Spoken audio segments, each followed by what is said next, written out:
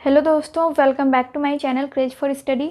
दोस्तों, आज के वीडियो में हम पढ़ने वाले हैं क्लास 6 का साइंस लेसन 13 हम स्टार्ट कर रहे हैं। इस चैप्टर का नाम है प्रकाश। आज के वीडियो में हम इस चैप्टर को पढ़ेंगे, देन हम नेक्स्ट वीडियो में इस चैप्टर में दिए गए सभी क्वेश्चंस को सॉल्व करेंगे। अगर आप लोग इंग्लिश ग्रामर भी पढ़ना चाहते हैं तो इंग्लिश ग्रामर के लिए मेरे सेकंड चैनल को सब्सक्राइब कर सकते हैं। मेरे सेकंड चैनल का लिंक आपको डिस्क्रिप्शन बॉक्स में मिल जाएगा। तो चलिए हम लोग स्टार्ट करते हैं। यहाँ पे चैप्टर स्टार्ट है एक क्वेश्चन से। हम वस्तुओं को कैसे देखते हैं? अंधेरे में किसी वस्तु को क्यों नहीं देख पाते? हम जानते हैं कि अंधेरे में कोई वस्तु दिखाई नहीं देती है, परंतु लालटेन, टॉर्च या विद्युत बल्ब जला देने पर उसके प्रकाश की उपस्थिति में वस्तुएं दिखाई देने लगती है। क्या होता है जब प्रकाश की व्यवस्था कर ली जाती है? किसी भी वस्तु को देखने के लिए प्रकाश आवश्यक है। प्रकाश वस्तुओं को देखने में सहायक है। किस प्रकार प्रकाश वस्तुओं को देखने में सहायता करता है? तो ये क्वेश्चन है कि किस प्रकार प्रकाश वस्तुओं को देखने में सहायता करता है।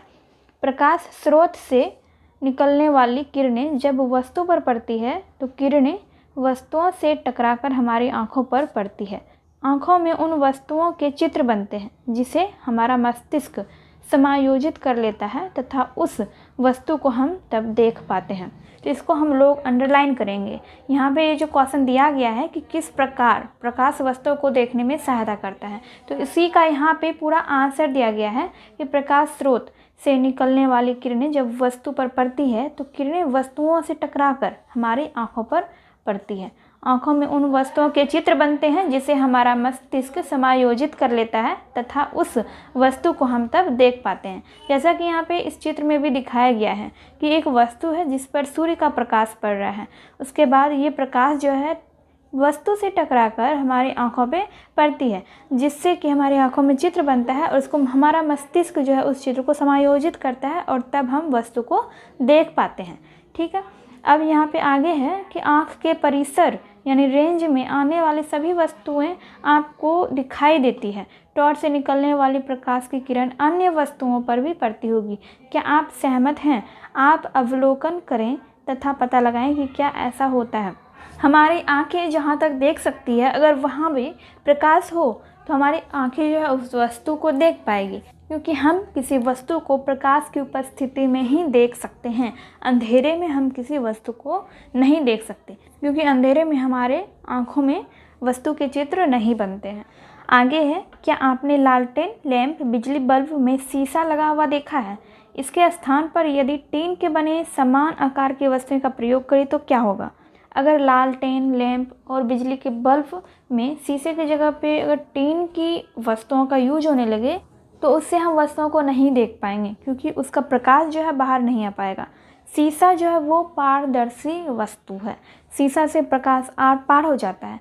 इसीलिए हम लालटेन, लैंप और बिजली के बल्ब से वस्तुओं को देख पाते हैं, क्योंकि उससे रोशनी बाहर आती है। लेकिन अगर शीशे की जगह पे टीन का उपयोग होने लगे तो उससे प्रकाश बाहर नहीं आएगा और हम वस्तुओं को नहीं देख पाएंगे, क्योंकि टीन अपारदर्शी वस्तु है और शीशा क्या है? पारदर्शी। अब इसी के बारे में हम आगे पढ़ेंगे, पारदर्शी, अपारदर्शी और पारभासी वस्तुओं के बारे में। आगे है यहाँ पे, क्या वस्तुएं दिखाई देंगी? तो नहीं, अगर टीन का उपयोग होगा तो वस्तुएं नहीं दिखाई देंगी। प्रकाश स्रोत के सामने यदि कूट, किताब या लकड़ी की वस्तुएं रखें तो क्या होगा? प्रकाश के स्रोत के सामने, जैसे कि हम सूर्य के प्रकाश के सामने या फिर टॉर्च जला के उसके सामने हम कूट, किताब या फिर लकड़ी की कोई भी वस्तु रखेंगे तो उससे प्रकाश जो है वो आर पार नहीं होगा। हम देखते हैं कि कुछ वस्तुओं से प्रकाश की किरणें आर पार हो जाती है, कुछ ऐसी वस्तुएं हैं जिनसे होकर प्रकाश आर पार नहीं हो सकती, तथा कुछ ऐसी भी वस्तुएं हैं जिनके आर पार प्रकाश की किरणें स्पष्ट रूप में नहीं हो सकती। क्या कुछ ऐसी वस्तुओं के नाम बता सकते हैं जिनको आँखों के सामने रखने पर भी वस्तुएं साफ साफ दिखाई पड़ती है? तो एक उदाहरण हमने शीशा के लिया। शीशा से हम अगर आर पार देखना चाहते हैं तो देख सकते हैं, क्योंकि उससे प्रकाश आर पार हो जाता है, तो उससे हम वस्तुओं को साफ साफ देख सकते हैं। कुछ ऐसी वस्तुएं हैं जिसे आँखों के सामने रखने पर बिल्कुल दिखाई नहीं पड़ती हैं, जैसे कि हम कोई लकड़ी ले लेते हैं या फिर कोई भी लकड़ी का बना हुआ सामान, तो उससे प्रकाश आर पार नहीं होता है, तो उससे हम वस्तुओं को बिल्कुल भी नहीं देख सकते। और कुछ ऐसी वस्तुएं जिन्हें आंखों के सामने रखने पर धुंधला या धुंधली दिखाई पड़ता है। तो अगर हम तेल लगा हुआ कागज़ ले लेते हैं तो उससे अगर हम वस्तुओं को आर पार देखने की कोशिश करेंगे तो वस्तुओं को हम नहीं देख पाएंगे, क्योंकि उससे प्रकाश जो है सिर्फ आंशिक रूप से ही आर पार होता है, मतलब पूरी तरह से प्रकाश आर पार नहीं हो सकता। इसलिए हम वस्तुओं को धुंधला देखते हैं। यहाँ पर हम 3 प्रकार की वस्तुओं को पाते हैं। पहले प्रकार में वे वस्तुएं हैं जिनसे प्रकाश की किरणें पार हो जाती है। पहले प्रकार में वे वस्तुएं जिनसे प्रकाश की किरणें पार हो जाती है, वैसे वस्तुओं को हम पारदर्शी वस्तुएं कहते हैं। और दूसरी ओर वस्तुएं साफ दिखाई पड़ती है। ठीक है, पहले प्रकार में है कि वे वस्तुएं जिनसे प्रकाश की किरणें पार हो जाती है और दूसरी ओर की वस्तुएं साफ दिखाई पड़ती है, तो ऐसी वस्तुओं को हम क्या कहते हैं? पारदर्शी वस्तुएं। दूसरे प्रकार की वस्तुएं वे होती हैं जिनसे प्रकाश की किरणें पार नहीं हो सकती और दूसरी ओर की वस्तुएं बिल्कुल दिखाई नहीं पड़ती, तो ऐसी वस्तुओं को हम क्या कहते हैं? अपारदर्शी। तीसरी प्रकार की वे वस्तुएं हैं जिनसे प्रकाश आंशिक रूप से पार होता है और दूसरी ओर की वस्तुएं धुंधली दिखाई पड़ती हैं, तो ऐसी वस्तुओं को हम पारभासी या फिर अर्धपारदर्शी वस्तुएं कहते हैं। पहली प्रकार की वस्तुओं को पारदर्शी, यहाँ पे पहली प्रकार की वस्तुओं को क्या कहते हैं? पारदर्शी, और दूसरे समूह की वस्तुओं को अपारदर्शी तथा तीसरे समूह की वस्तुओं को पारभासी या अर्ध पारदर्शी कहलाती है। वस्तुओं के इस गुण के आधार पर तालिका 13.1 में सूचीबद्ध कीजिए। यहाँ पे हमें पारदर्शी वस्तुओं के नाम लिखने हैं, यहाँ पे अपारदर्शी वस्तुओं के और यहाँ पे पारभासी वस्तुओं के नाम। ठीक, पारदर्शी वस्तुओं जैसे कि कांच, हवा, सफ़ेद पानी, ये सभी क्या है? पारदर्शी चीज़ें हैं। और अपारदर्शी वस्तुएं जैसे कि किताब, दीवार, ब्लैक बोर्ड, तो ये सब अपारदर्शी है। पारभासी वस्तुओं में है धुंधला कांच, चिकना कागज़ यानी कि तेल लगा हुआ कागज़ और सफ़ेद पॉलीथीन।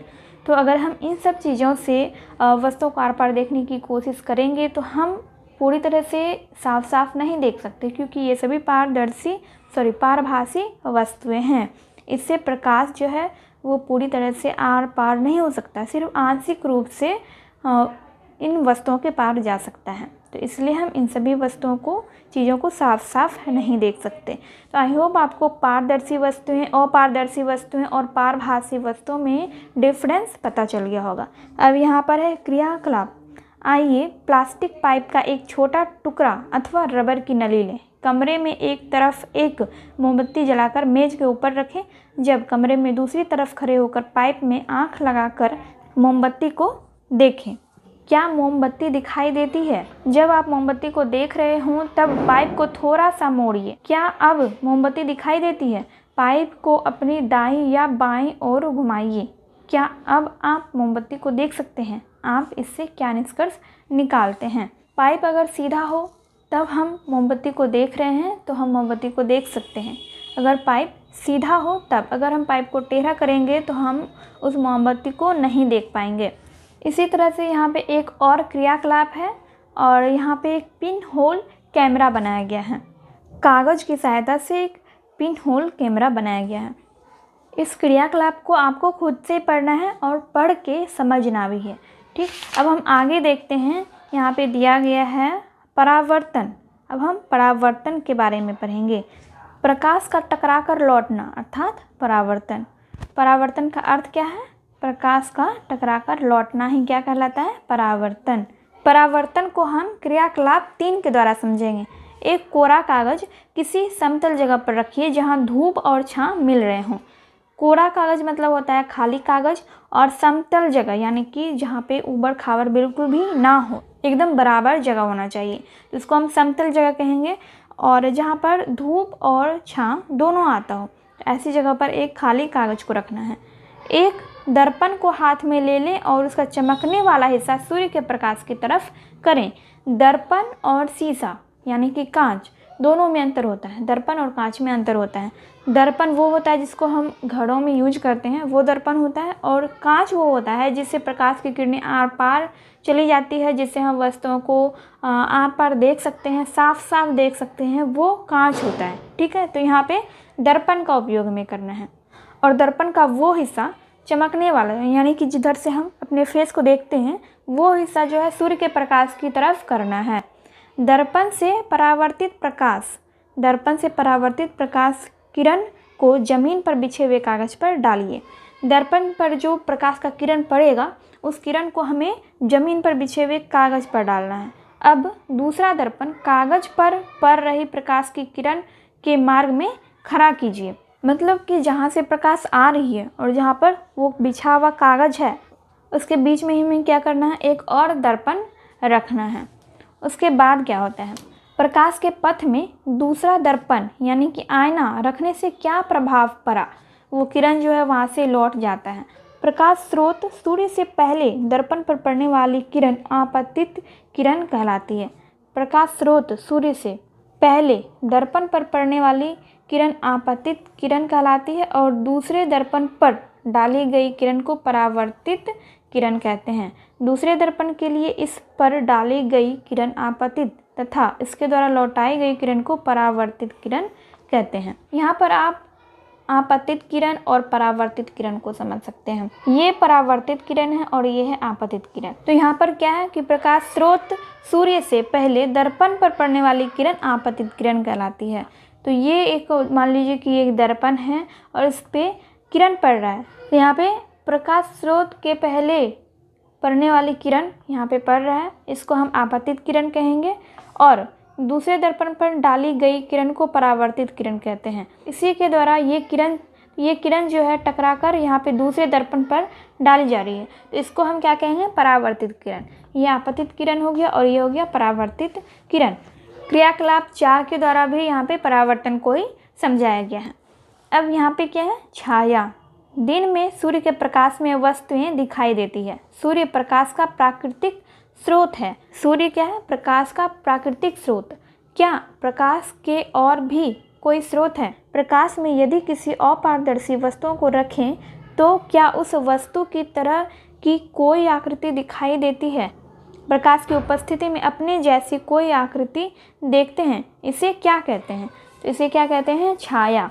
अगर हम धूप में चल रहे हैं या फिर धूप में खड़े हैं तो हमारी ही आकृति की एक आकृति नीचे बन जाती है, तो उसको हम क्या कहते हैं, छाया।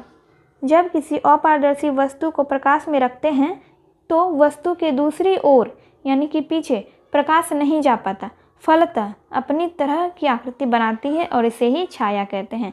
वही चीज़ जो हमने अभी आपको बताई। अगर हम प्रकाश में खड़े हैं यानी कि धूप में अगर हम खड़े हैं तो हमारे ही आकृति की जैसी एक आकृति नीचे बनती है, हमारे पीछे बनती है, जिसको हम क्या कहते हैं, छाया कहते हैं।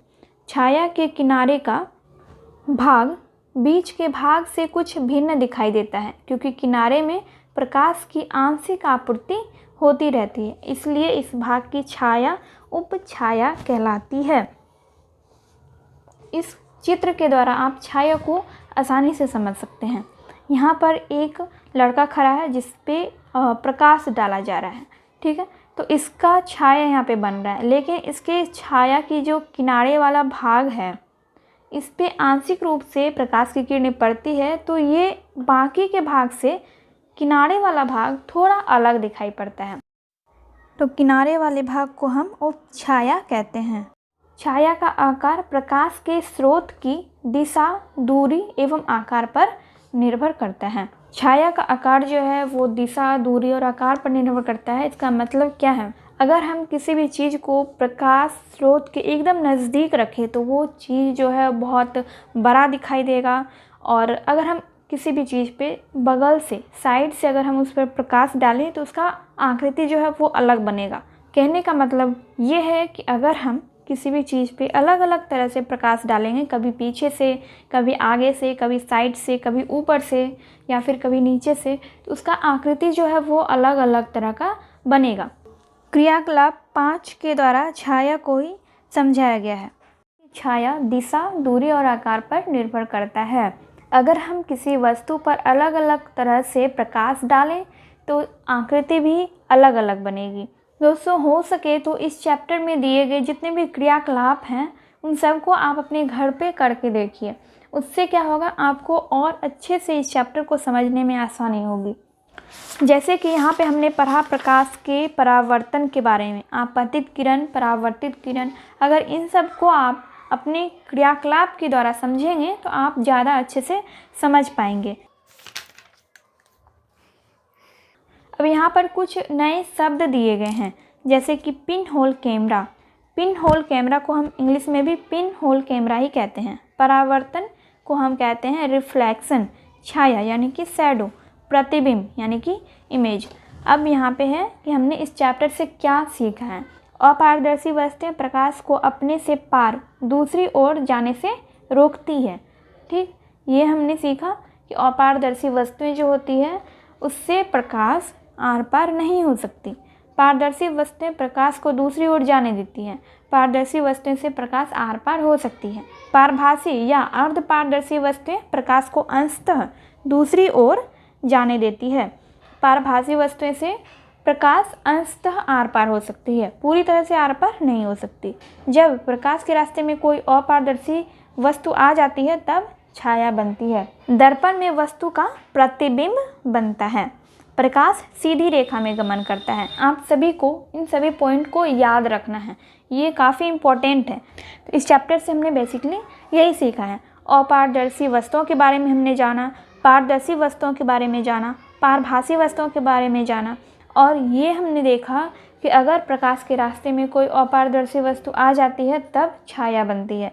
और छाया किस पर निर्भर करती है? दिशा, दूरी और आकार पर। और दर्पण में वस्तु का प्रतिबिंब बनता है, यानी कि चित्र बनता है। ठीक, दर्पण में अगर हम खुद को देखें तो हमारा क्या बनता है? प्रतिबिंब बनता है। तो एक और पॉइंट है कि प्रकाश सीधी रेखा में गमन करती है। तो इसका हमने यहाँ पर देखा एक क्रियाकलाप में कि ये एक पाइप की नली से किसी मोमबत्ती को देख रहा है। ठीक है, और यहाँ पे उस पाइप की नली को टेढ़ा करके देखा जा रहा है। तो जब हम पाइप की नली को टेढ़ा करके देखेंगे तो हम मोमबत्ती को नहीं देख पाएंगे, क्योंकि प्रकाश हमेशा सीधी रेखा में ही गमन करता है। इस बात को हमेशा ध्यान में रखना है। दोस्तों, आज के वीडियो में बस इतना ही, एंड हम लोग नेक्स्ट वीडियो में इस चैप्टर में दिए गए सभी क्वेश्चंस को सॉल्व करेंगे। इस चैप्टर में काफ़ी कम क्वेश्चंस हैं, हम सभी क्वेश्चंस को नेक्स्ट वीडियो में सॉल्व कर लेंगे। एंड अगर ये वीडियो आप लोगों को हेल्पफुल लगी हो तो वीडियो को लाइक और शेयर करना मत भूलिएगा। तो चलिए, मैं मिलती हूँ आपसे नेक्स्ट वीडियो में।